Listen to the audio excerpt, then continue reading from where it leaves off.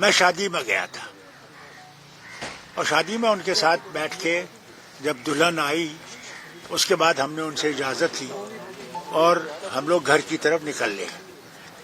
جو ہی میں اس منڈپ سے باہر نکلا تو میں چل رہا تھا، اتنے وقت میں مجھے کوئی پٹاخے کی آواز آئی تو میں سمجھا یہ کوئی پٹاخہ کسی نے شادیوں میں ڈالتے رہتے ہیں، تو میں سوچ سکتا میرے پاس پٹاخہ یہاں پڑا ہو، تو مجھے یہاں کچھ گرمی جیسی لگی اور مجھے کچھ پتہ نہیں تھا.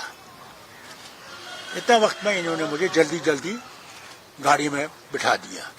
جو انہوں نے مجھے گاڑی میں بٹھایا تو مجھے کہنے لگے جناب یہ تو ایک پستول تھا صاحب کے اس انسان کے پاس اور اس نے 2 گولیاں چلائی تھیں. دوسری گولی میں ہمارے ان کے جو ہماری سیکورٹی والے بھی ہیں اور دوسرے انہوں نے کیا کیا کہ ایک نے اس کو ہاتھ بازو سے پیچھے کھینچنے کی کوشش کی تو اس سے وہ ڈی اسٹیبلائز ہو گیا، تو اس کا جو پستول ہے وہ اوپر کو چلا گیا. تو اتنے وقت میں سیکورٹی والے نے اس پستول کو اس کے ہاتھ کو پکڑ لیا تو گولی چل دی تھی. میں نے اتنا ہی سنا. اس کے بعد یہاں آ کے گھر میں مجھے کوئی بھی نہ میں اس آدمی کو جانتا ہوں نہ مجھے اس آدمی کا کچھ پتا ہے، بالکل نہیں. اس نے اسٹیٹمنٹ دیا کہ یہ 20 سال سے تیاری کر رہا تھا، اس کی پرسنل کوئی رنجش تھی، مقصد تھا. کیا لگتا ہے آپ کو کیا ہو سکتا ہے؟ دیکھیے مجھے کیا پتا اس کا مقصد کیا تھا، کیا رنجش کیا تھی، کیونکہ میں نے کسی کے ساتھ برائی نہیں کی ہے. جو بھی میرے پاس آیا جب میں وزیر اعلیٰ بھی تھا، وہ کیوں نہ اپوزیشن کا ہو، میں نے اس سے اپنے لوگوں سے زیادہ محبت کی، زیادہ ان کی مشکلیں دور کرنے کی کوشش کی. میں نے کبھی بھی دل میں کسی کے لیے نفرت پیدا نہیں کی ہے. پتہ نہیں اس کو کیا تھا، رنجش کیا تھی. لگتا ہے یہ سیکورٹی لیبس ہے کسی جگہ. دیکھیے یہ کہوں کہ سیکورٹی لیبس ہے، یہ تو ایک بہت بڑا سینٹینس ہے. سوال اس بات کا ہے اس میرج میں سارے بڑے بڑے لوگ تھے، اس لیے پولیس کو اس کا احتیاط خیال تو رکھنا چاہیے تھا، جس کا نہیں تھا. وہاں کوئی پولیس کا انتظام تھا ہی نہیں. یہ تو اللہ کا شکر ہے کہ میری سیکورٹی میرے ساتھ تھی اور پھر ہمارے جو منسٹر صاحب تھے ان کی تھوڑی سی سیکورٹی تھی ساتھ، اور ہماری یہ ایم ایل ایز وغیرہ تھے جنہوں نے اس وقت ہمت کی اور میں بچ گیا.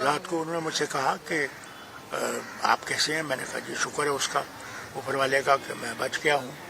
اور انہوں نے کہا نہیں ہم نے اس کو پکڑ لیا ہے، اس کی تحقیقات کریں گے اور آپ کو بتا دیں گے کہ یہ کیا ہوا ہے. سر انکوائری ہونی چاہیے پراپر اس میں. اور دیکھیے اب تو ان کی تک ہے، انکوائری تو ان کو کرنی چاہیے یہ ہوا کیوں، کیا وجہ تھی، کیونکہ یہ چیزیں ہوتی رہتی ہیں. آج کل جس ماحول میں ہم رہ رہے ہیں جہاں پہ کہ ایک نفرت کا ایک جال پھیلا ہوا ہے، وہاں پہ احتیاط کرنا چاہیے. سر آپ کو لگتا ہے لائسنس ویپن کا جو مس یوز ہو رہا ہے آپ کو لگتا ہے؟ You see, the question here is سب سے بڑی ٹریجڈی یہ ہے جو وطن میں نفرت ہے نا اس نے جڑیں پکڑ لی ہیں. اب ان لوگوں کے لیے جگہ بہت کم ہے جو دوستی کی بات کرتے ہیں، جو ایک دوسرے مذہب کی محبت کی بات کرتے ہیں، کیونکہ کوئی مذہب سکھاتا نہیں ہے نفرت، کوئی مذہب سکھاتا نہیں ہے کہ دوسرے کو نقصان پہنچاؤ، بلکہ ہر دھرم جو ہے وہ محبت سکھاتا ہے، پیار سکھاتا ہے، ایک دوسرے کی مدد سکھاتا ہے. اور میں سمجھتا ہوں کہ ہم نے اس دھرم کو چھوڑ دیا ہے. کیا کہنا چاہیں گے اپنے ان پی ایس اوز کے لیے جنہوں نے ڈیفلیکٹ کرا ویپن کو؟ بڑا الزام لگایا، انہوں نے کہا کہ پولیس نے کوآپریٹ نہیں کیا، وہاں پہ پولیس کی گاڑی اویلیبل نہیں تھی. جو کوآپریشن دیکھیں نا وہاں پولیس تھی ہی نہیں. سب سے بڑی بات تو یہ پولیس تھی ہی نہیں، جبکہ پولیس کو ہونا چاہیے تھا. میرے لیے نہیں، وہاں تو سب سے بہت بڑے بڑے لوگ آئے تھے اس شادی میں، تو اس شادی کے لیے تو ضروری تھا کہ وہاں پروٹیکشن ہونا چاہیے، کیونکہ جس ماحول میں ہم رہ رہے ہیں اس میں ایسے لوگ ہیں اور اس کا احتیاط تو کرنا چاہیے، ضروری ہے.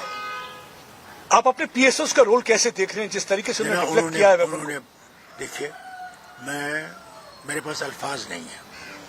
ایک جو میرے ساتھ جو لوکل پولیس ہے ان کے بندے ہیں جو میرے ساتھ سیکورٹی میں ہیں، اس کے بعد جو این ایس جی ہے جو اپنی جان کو